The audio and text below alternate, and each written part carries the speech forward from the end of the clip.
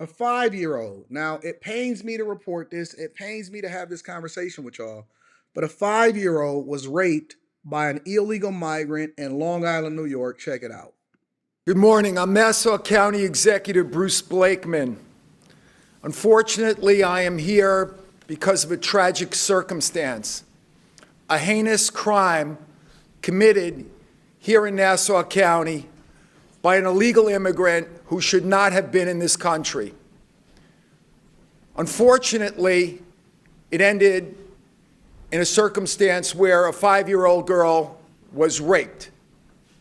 Now, let me just stop there because I think it's important for y'all to understand that when we're having this election and when we having this conversation about this election, the issues that we really can make changes and adjustments on have nothing to do with what we're looking at and what they promoting to you a lot of times, especially in the Democratic Party.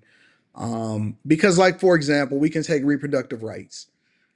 And I will tell you directly, for those of you that think that this is a big deal or think that reproductive rights is a right that you need to lean on in order to vote, nothing is going to change. You're not going to overrule the Supreme Court, and you're not going to get anything adjusted as far as Roe v. Wade being reinstalled back into America, even though they're continuing to push you on these women's rights.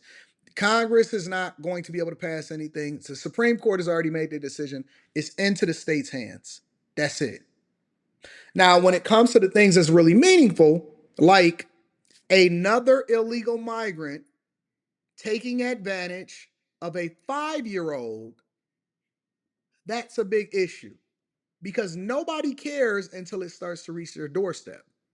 And it's unfortunate that somebody, another person, now has to suffer because nobody wants to address the real issues that's really happening in this country, such as people coming over here illegally and then taking advantage of good law-abiding citizens and children and women and the Lake and Rileys and now this new 5-year-old that has been, whose life is going to be upended forever. This is a big deal. This is real life. A 5-year-old was raped by somebody that is not supposed to be in this country. Catch and release.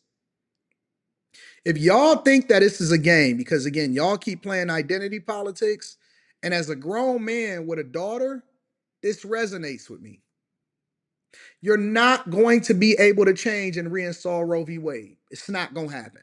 Doesn't matter if she wins, doesn't matter if she loses. It's not going to happen.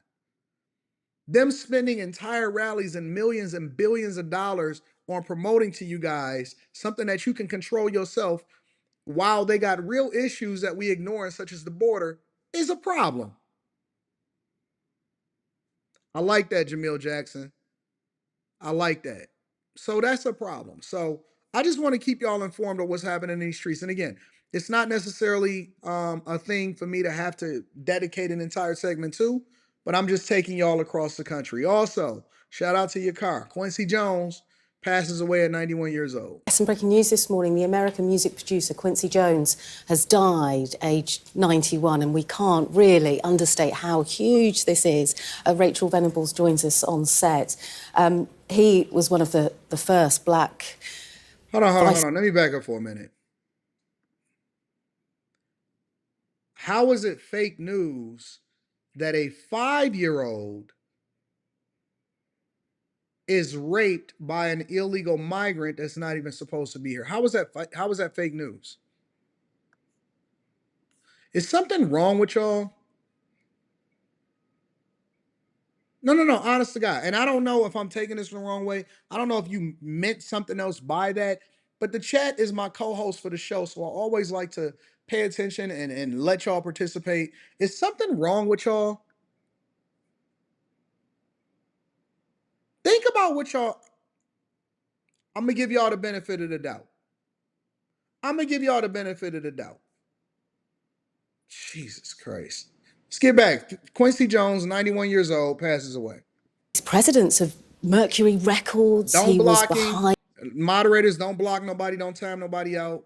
Let them rock. Let them do their thing. Michael Jackson's biggest projects, including Thriller, in the 80s. This is going to be such a huge blow, and the world will be reacting to this from the music world and beyond, Rachel. Oh, very much so. I mean, you can expect the tributes for Quincy Jones to pour in thick and fast, and it will be some of the biggest names in music, in Hollywood, in politics as well, because he was also a social activist. And of course, dying, as we've just heard, at the age of 91, he spanned decades, he shaped decades of American music and world music beyond, of course, and also film and television, you know, writing some incredibly moving, award-winning scores as well for some really defining projects there too. And an absolutely incredible life, which, yes, we just heard Quincy Jones has died. There's a statement through that's been shared, certainly by American media, from Jones's publicist, Arnold Robinson, saying that he died on Sunday night at his home in the Bel Air area of Los Angeles. They say he was surrounded by his family, and a statement says, "Tonight, with full but broken hearts, we must share the news of our father and brother Quincy Jones's passing." I agree, Maury. And although this is an incredible loss for our family, we celebrate the great life that he lived, and we know there will never be... Look how young he looked right there. This is the, now, to me, this hit a little bit different. And it's not because it's Quincy Jones or anything like that. Listen, I don't feel bad for Quincy Jones. I don't feel, I hate to see that, people pass away because they loved ones. But more, you said it, 91 is a good life. 91 is an incredible life. I mean, I'm not really sure that there's many people in the world that could say that they've lived as much of an incredible life as Quincy Jones. He made some of the most iconic music. He was always celebrated. He made probably one of the greatest albums of all time, and Thriller with Michael Jackson. Produced The Fresh Prince of Bel-Air. He probably was doing Diddy freak offs before freak offs was a thing, and he died before anybody can come and tarnish his legacy. Quincy Jones lived an incredible life, and he died of old age. And what more can you say? The dude was moving around doing the things, rich as hell, heralded, celebrated, running it up, was associated with some of the greatest people and made some of the greatest music that changed our lives. And then at the same time, he probably had all kind of freak offs, and then he died before he got to, anybody could ever say anything negative about him. That's a phenomenal life. Let me give a round of applause for Quincy Jones. And he lived a long life. And he wasn't no vegetarian or nothing. So that means he ate meat, probably did cocaine, all kind of nonsense, and was able to live to tell the story and pass the stuff down and not get sued by any of these chicks. Man, Quincy Jones he is the GOAT. He is absolutely the GOAT. Look, here's the thing about it, is that when you look at this photo of Quincy Jones right here, right? Look how young he is. Look how focused he is. This to me tells me that at some point we're all going to get old. And so you got to live it up right now. And when I say live it up, that don't mean be irresponsible. That means make the right choices while at the same time not taking life for granted, and then really take advantage of the opportunity that you got in front of you. We all gonna get old. Age is gonna catch up to all of us. At some point we all die, but you got to live it up. You got to live it up. He was getting to it. He was running it up. Shout out to Quincy Jones. Another like him, and of course that great life, how incredible, what a legacy to leave behind. You talked about Michael Jackson, because he spanned so many decades. You know, he collaborated with Frank Sinatra as well. He worked with so many hundreds of incredible artists. Born in Chicago in 1933, he grew up in Seattle, started making music, playing the trumpet and singing in a gospel choir as well, aged just... That's the goal. Listen, let me tell you what the goal is once you get rich. The goal is to live long enough. The goal is to live long enough to where you don't become the villain. Quincy Jones was never the villain. Most of these other people, and I think part of the reason that Quincy Jones never became the villain is because Quincy Jones was never at the forefront.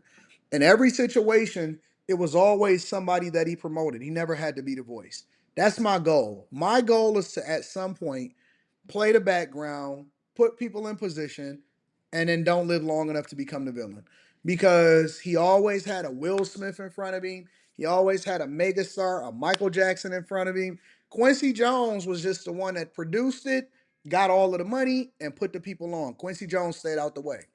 He ain't talk, he ain't kick it. He said he lived at a time where some of these women are saying it in the chat that women shut their mouth. He ain't have to deal with no fake accusations. Ain't nobody come to sue him.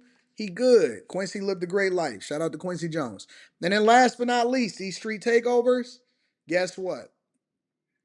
People are getting hit and people are dying.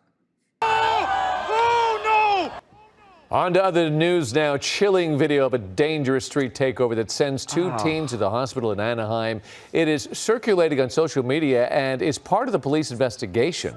You see that? Not look at these people.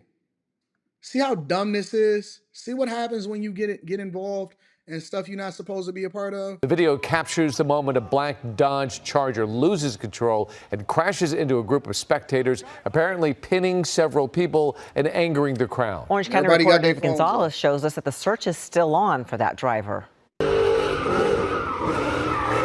It's absolutely unsafe and unacceptable behavior. And most of the time, that's not even their cars. Those are stolies.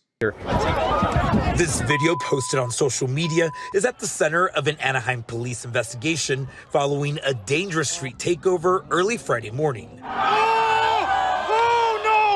The clip captures the moment the driver of a black Dodge Charger loses control and crashes into a group of spectators, possibly pinning several people under the car. When our officers got here, nobody was found under the vehicle. However, there were two 19-year-old males that were suffering from major injuries laying in the middle of the street. Still a guy under. The video then shows the angry mob surround the car as some people jump on it.